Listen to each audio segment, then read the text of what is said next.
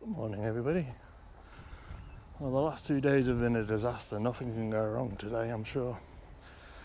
We are in, and we're being heckled from council flats. All good fun. This is Southern Necropolis, the lesser visited, less famous, smaller cemetery compared to Glasgow Necropolis, which I am going to take you for a walk. I've already done that, so cut to me there and I'll see you back here for a vampire story.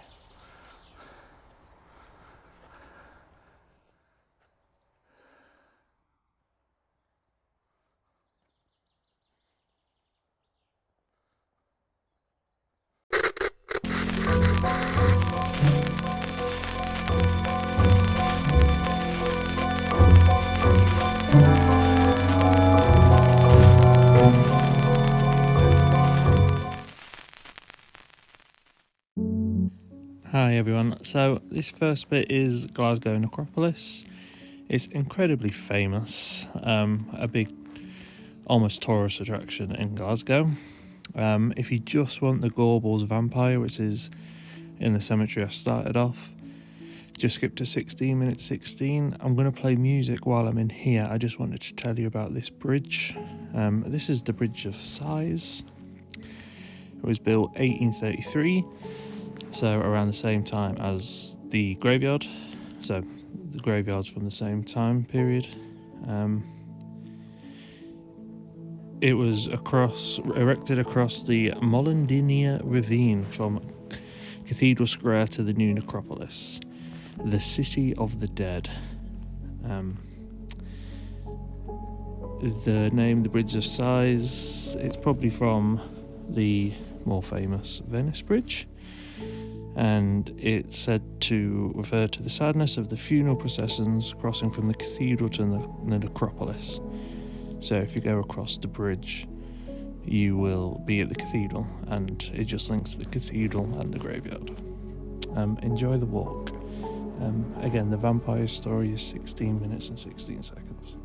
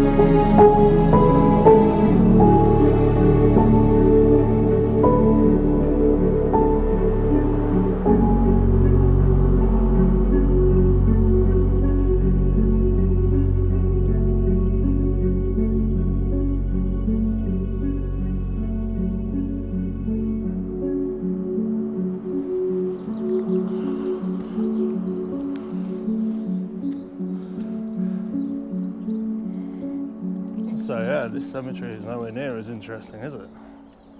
But there is a vampire story that I would like to share with you. The Gorbals Vampire. He was 7 foot tall. He had iron teeth, glowing red eyes. And now a story went around the playgrounds and the schools of Glasgow that this vampire who resided in this cemetery, you often hear it called the Necropolis Cemetery, and people refer to it to the bigger, more famous cemetery, but it's this one, Gorbals. It's in the name, I guess. A rumour went down the school playgrounds that this vampire had killed 2 school children, and it just got passed around and passed around. And then on the 23rd of September 1954, I'll put some newspaper cuttings and stuff in. Over 400 school children met in this cemetery to find and kill the Gorbals Vampire. Something really similar happened at Highgate Cemetery, didn't it? I don't know when I'll be in London, but I can't remember the Highgate Cemetery story one very well, but if I ever get there, I'll tell you the story. So over 400 kids were in this cemetery, armed with sticks, just running around, hyperactive, trying to find and kill a vampire. And then the police came and they tried to calm the children down. There were just too many of them, and it ended up a head teacher. This cemetery is nowhere near as interesting, is it? And there's a lot of dew, so I'm getting very wet feet. A headmaster had to come down and talk to the children and try and calm the kids down. When the kids were in here, there was a factory. We're still surrounded by factories, I guess, and it was giving off a glowing red light. So everywhere the school kids were looking, things were being illuminated red. So they were thinking everything was a vampire. They were just running around like lunatics, like trying to chop trees down, attacking tombs and all sorts.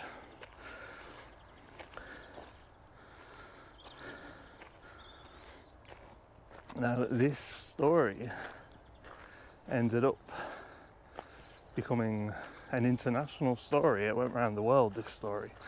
And the local papers, the next morning declared the Gorbals Vampire had been slayed and he was dead. I don't know what good that does.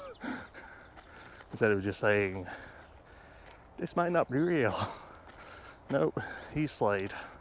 If you've got a problem, go out and kill people. Well, vampires. Now, nobody knows how this got started. I mean, we all, as kids, hear stories and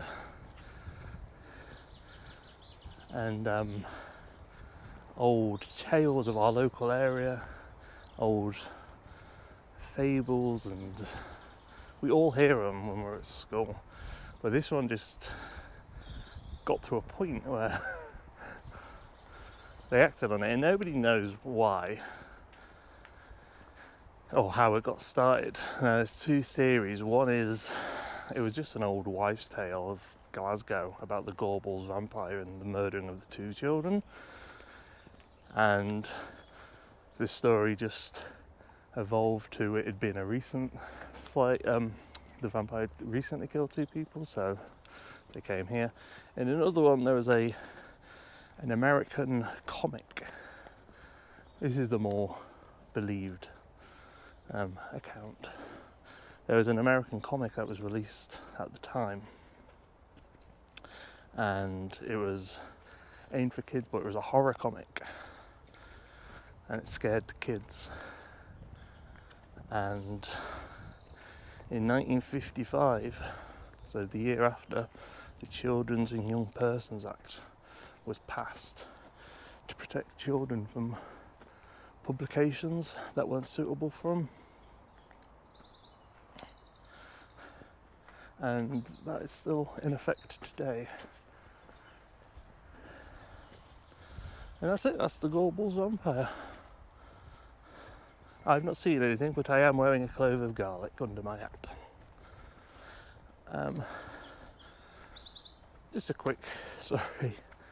After the last couple of days, I wanted something nice and easy where I can't fall over, injure myself, end up in hospital, or be at a funeral. So, I've got one more thing to show you actually. There's the Gorbals Vampire lives on. It is a local story, a popular local folklore story, and a mural was erected here in 2016 by a local teenage artist. It reads, in September 1954, local school children descended on the southern necropolis to hunt down and kill the man with the iron teeth, also known as the Gorbals